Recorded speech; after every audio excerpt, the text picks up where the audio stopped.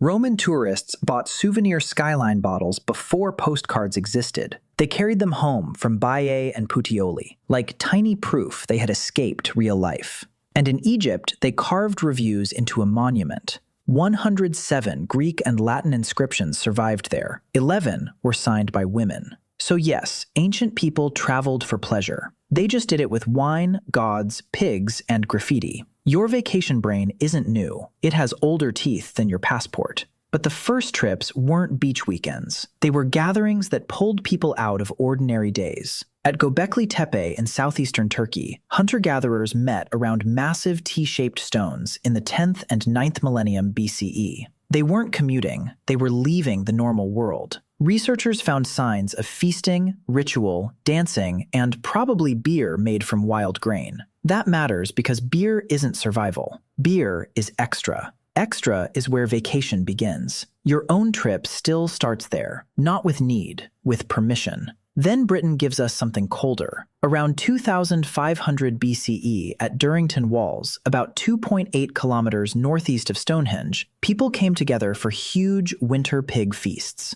The pigs were often killed at about 9 months old, right when winter ceremony season arrived. A 2019 isotope study found something strange. The pigs didn't all come from one place. Some came from far across Britain. So people may have brought food from home, like a prehistoric potluck with worse weather. This wasn't lazy rest. It was travel, crowd, smoke, meat, noise, duty. Your holiday dinner still knows that pattern. You leave home, eat too much, and call it tradition. Egypt made the break louder. In the 5th century BCE, a Greek writer described boats heading to the festival of Bastet at Bubastis. Men and women sang on the river. They clapped, danced, shouted jokes at strangers, and drank huge amounts of wine. The ancient claim says 700,000 people came. That number may be inflated, but the scene is the point. A religious trip became a sanctioned party. You know this feeling. The rules loosen because the place says they can.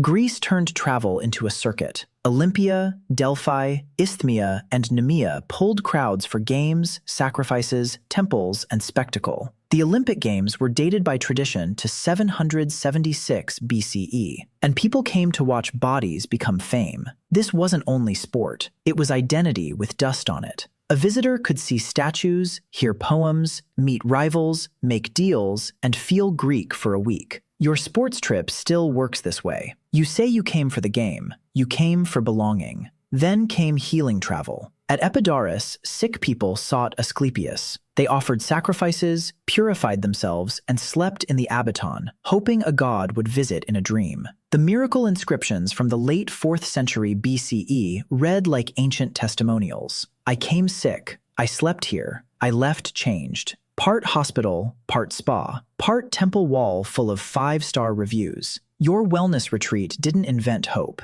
It sells an old one back to you. By the 2nd century CE, travel had guidebook culture. Pausanias wrote a description of Greece, leading readers through Athens, Corinth, Olympia, and Delphi. He listed temples, statues, myths, rituals, and local curiosities worth stopping for. That means the ancient traveler had a familiar problem. Too many places, not enough time. Your itinerary anxiety is ancient too. Rome made leisure travel look most like yours. Roads, ports, inns, ships, calendars, money. Without systems, vacation stays a wish. With systems, it becomes an industry. Sea travel was often faster than land, but the Mediterranean had seasons. Late May to mid-September was easier sailing. Winter was the closed sea. Ancient estimates put Alexandria to Puteoli at 15 to 20 days by ship. Ostia to Carthage could take 3 to 5. Your delayed flight is annoying. Their delay could drown them. For wealthy Romans, the prize was escape from Rome. Not escape from power, escape from heat, noise, stink, and eyes. They went to Tiber, Tusculum, Stabiae, Capri, and above all, Baiae. Baiae was the Roman super resort. Volcanic hot springs fed baths. Villas pressed against the water. Politicians made deals in leisure clothes. Moralists complained about sex, luxury, and softness, which means people were having a good time. Baiae was where seriousness went to misbehave. and tourists bought those skyline flasks there. A 2018 study argued they were souvenirs, part keepsake, part status signal, part memory trap.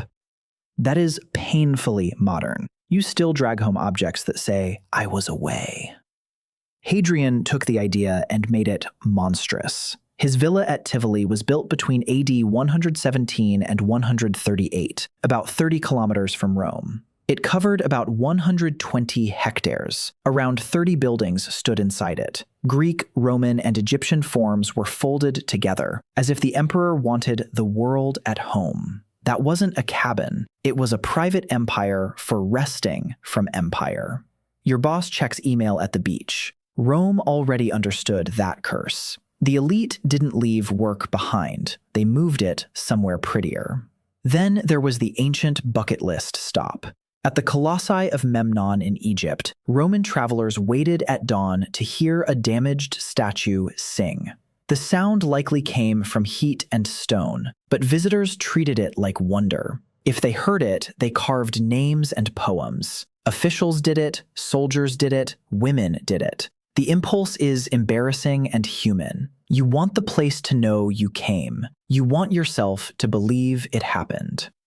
Rome also had holidays on a massive calendar. Under Augustus, public entertainments filled about 77 days a year. By Marcus Aurelius, the number reached around 135. That sounds better than your benefits package, but don't get sentimental. This was not equal leisure. Slaves worked while owners rested. Farmers couldn't leave harvest because Baiae looked nice. Sailors moved rich bodies across dangerous water. Soldiers marched when everyone else watched games. Ancient Rome had festival days everywhere, but freedom was rationed by rank. That is the darker answer. Ancient vacations existed. Ancient vacation rights did not.